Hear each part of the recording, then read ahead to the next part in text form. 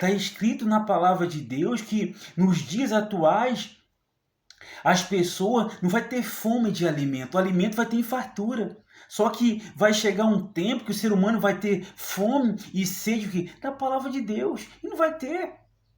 Mas por que tudo isso acontece? Porque o ser humano está desprezando. O ser humano rejeita. Deus, ele está pronto para atender, cuidar daquele que ouve e pratica a palavra dele. Você não pode só ouvir a palavra de Deus e não praticar, porque senão você vai estar se enganando. Mas o Senhor Jesus, ele está dando a oportunidade para cada um de nós, serve para mim, serve para você, independente da sua escolaridade, independente da sua situação social, não adianta nada. Se eu não obedecer a Deus, eu vou padecer.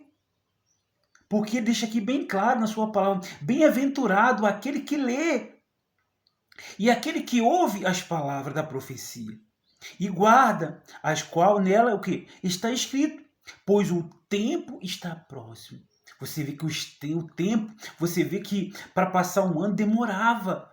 Você vê que um ano demorava muito. Hoje é um piscar de olho. Rapidinho começa o ano, daqui a pouco está no fim.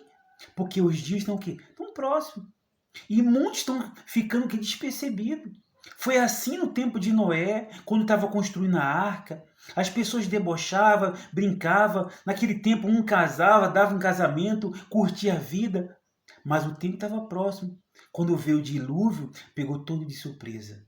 E hoje não é diferente. No tempo de Ló, a mesma coisa. As pessoas viviam na carnalidade, a pessoa vivia no pecado, na mentira, curtia.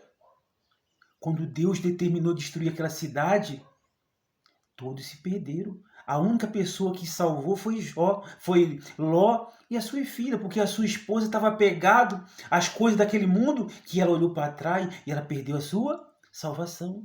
E hoje não é diferente. É necessário que você pare e analise, invista na sua fé. O Senhor Jesus quer te salvar. Ele não quer te condenar. Ele não veio para nos condenar, ele veio para nos salvar. Porque o que não vai nos condenar é a própria palavra de quem? De Deus. De eu ouvir e não praticar. Porque está escrito na palavra de Deus. E ele fala aqui em Apocalipse 3, versículo 2, ele fala aqui, ser vigilante. Seja vigilante. E consola o resto que está o quê? Para morrer. Talvez a sua vida, até nesse exato momento, você fez muitas coisas que a sua vida já morreu a mais da metade, ou até a metade. Mas ele fala aqui, ó, na sua palavra, ser vigilante, consola o resto que está o quê? Para morrer, nesse exato momento, vigia. O resto de vida que você tem, que nós temos, devemos o quê? Ser vigilante.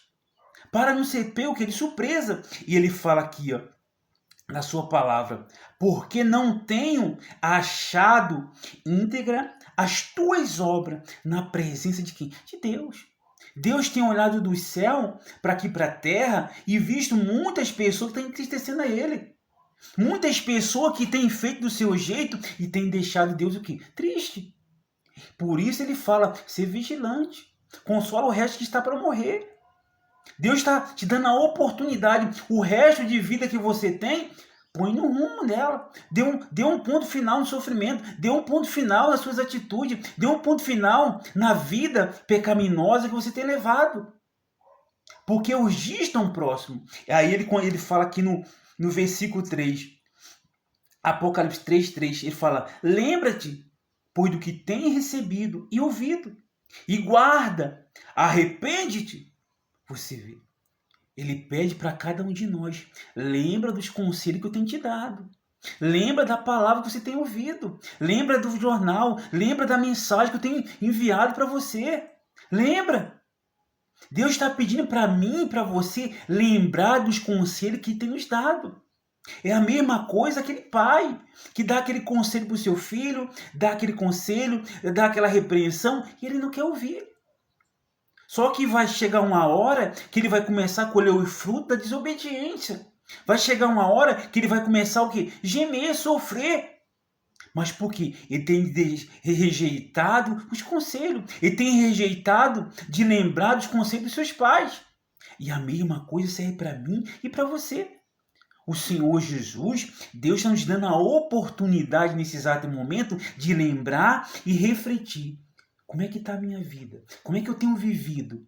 Como é que eu tenho me comportado perante Deus? As minhas atitudes têm agradado a Deus? O meu comportamento tem agradado a Deus? O meu jeito de viver tem agradado a Deus? Ou tem preenchido só o meu prazer?